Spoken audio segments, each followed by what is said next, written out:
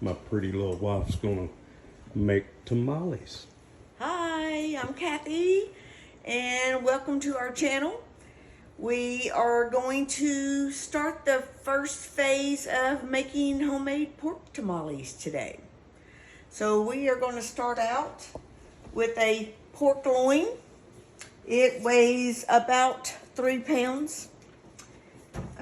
So we are just going to cut that out of the bag.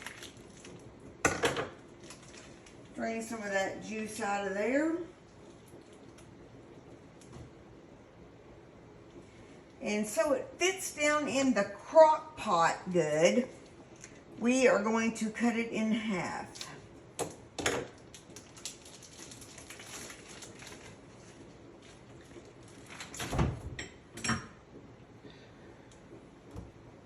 So this is a prep stage. It usually takes you about how long? I will cook this in the crock pot all day and all night, and it will just fall apart with a fork. I can shred it in the morning. So I've cut that in half so it fits into my crock pot good. So I will just put that down in the crock pot just like that. And I'm going to add my seasoning, my tamale meat seasoning. I have found this Fiesta brand tamale meat seasoning to be the absolute best. We like it. Now this is a packet. It's 5 1/4 ounces, and it says it's good for 4 pounds of meat. What we have here is about 3 pounds of meat. I'm Cajun. I'm from Louisiana. I like spicy and spices and stuff in my food, so we're going to add the whole package. And we're just going to sprinkle that all over the meat. Can you get a picture of that? Get a picture of that?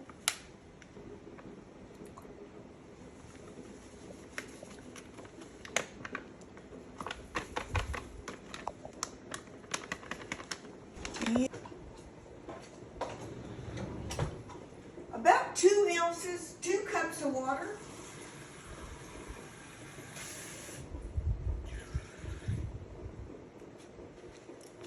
That gives my sauce to blend in with my water and soak in with my meat. It gives my meat something to adhere to. And that meat, I will put it on basically the lowest setting because I want it to cook slow all day and all night. So my crock pot actually has a 4, 6, 8, 10 hour. I will put it on the 10-hour setting. That is going to cook the slowest. And before I go to bed tonight, I will probably add some time to that. So in the morning when I get up and I'm ready to actually put my tamales together, this meat will literally shred apart with a fork. Now my crowd, your crowd, has to understand, you being Louisiana, when she gives measurements, it's probably a gaggle or a dollop or something. It will I never very be rarely actual. measure anything, but I can eyeball that. I know it's got enough water for my meat to mix with my seasoning and have moist meat for my tamales. And that's your goal. Now you can always add more water tomorrow if it looks a little dry, but for today, we're going to leave it just like this. Hi, it's Kathy with Horstman Homesteading. Today we are going to finish up making our pork tamales. Yesterday you got the part where we put the meat in the crock pot and put our seasoning in there, and we let that cook all day yesterday and all night. And now we are going to finish up our tamales.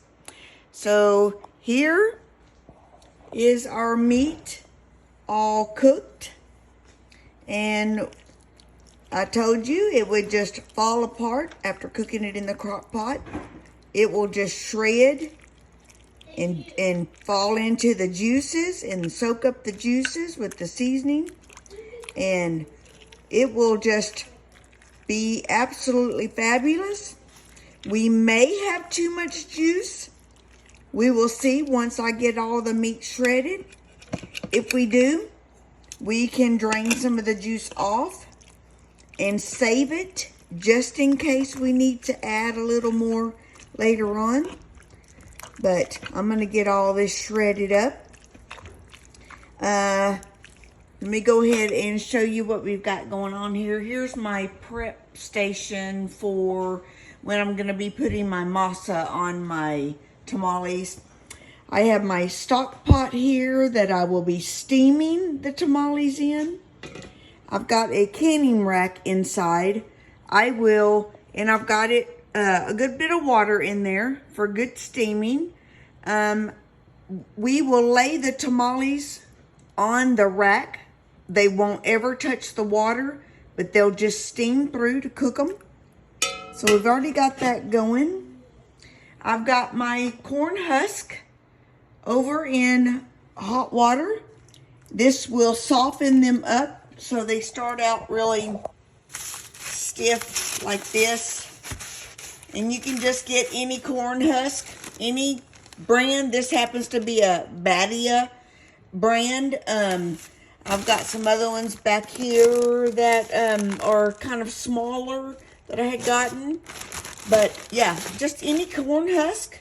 I'll try to pick out some of the bigger ones so I can make big tamales. I like to put a lot of meat filling in my tamales. So anyway, you just put them in warm water. They start to soften up until you're ready. And I've got the masa that I'm prepping over here. I will be adding my seasoning, which again is my Fiesta brand that I really like. Tamale masa seasoning. This is a whole packet. I've got it opened up. I'm going to just sprinkle this inside my masa. No particular brand on the masa. Just whatever you want to get is fairly inexpensive, kind of like flour and cornmeal. So you can go liberal with it. Make you up a big batch of it. That way you don't have to stop and mix up more later on. Although I might have to anyway. But it's okay if you end up throwing some away because it's fairly inexpensive. I'm going to sprinkle my seasoning. And then it's kind of like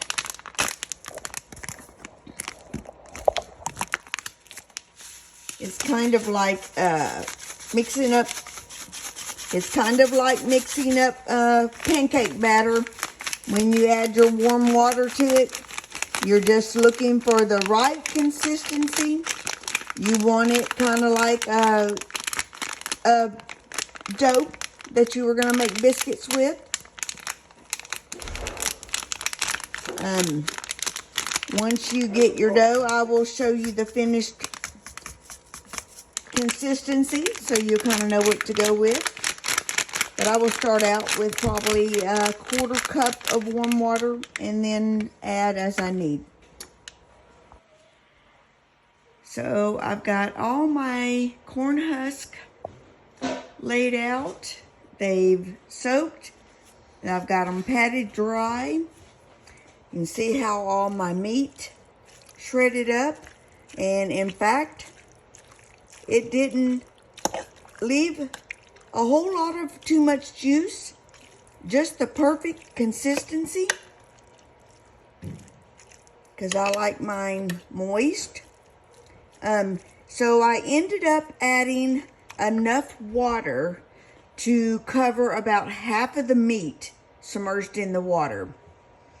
And then before I went to bed, I flipped the meat upside down. So it had cooked for probably about 6 hours.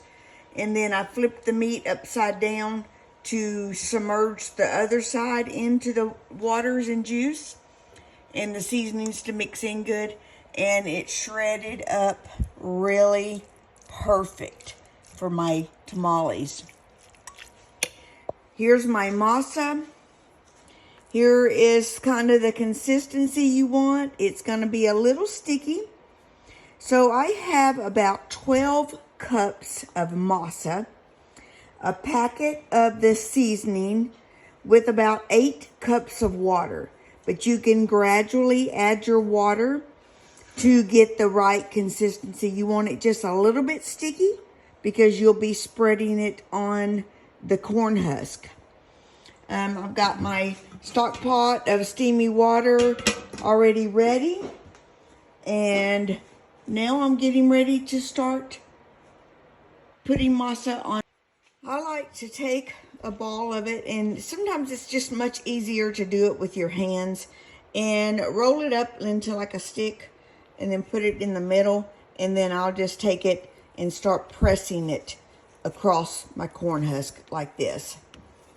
And when I've got it spread out pretty evenly, I don't do a thick masa. Some people do a thick masa and a little bit of meat. I like it to be the right consistency of the masa, and I like a hearty tamale. I'm not making these to sell. I'm making these for meals for us. So I will continue to spread this out a little wider, and then I will strip meat in the middle. Here I've got my masa spread out pretty evenly, as kind of the same thickness, and just laid my shredded meat down the center of it. And then I will take it and I will roll it. I will roll this side across the meat, fold it up like that, and I've got a tamale. And then when I'm going to make up probably about 10 or 12 of them, and I'll stick them in the steamer to start steaming. Batch. We got the first batch steaming right now. I'm going to get it closed up so we can capture all that good steam. It'll kind of cook the masa. We got the next batch. We are still steaming our tamales, but I wanted to show you one that is steamed. I took the corn shuck off of it. Look at that. How meaty those tamales are. That's how we know when food's ready. Hey Maverick, would you like to come try a bite of Mimi's tamale? Yeah, I really like this. This is the 5-year-old grandson who sat at the table last time I made tamales and ate 5 of them. He says they're really good. See, he gives a thumb up. He's been with us for the last 6 days because of inclement weather and school closing. So, yep, he's going home tonight and school tomorrow. Probably not tonight. Yep, tonight. You're going home tonight with your mommy and school tomorrow. So anyway, that finalizes my tamale making. If you have any questions, leave me a comment. Give me a thumbs up if you like the video. And don't forget to subscribe if you haven't done so already. And thank you for watching Horstman Homesteading. Thank you for your support.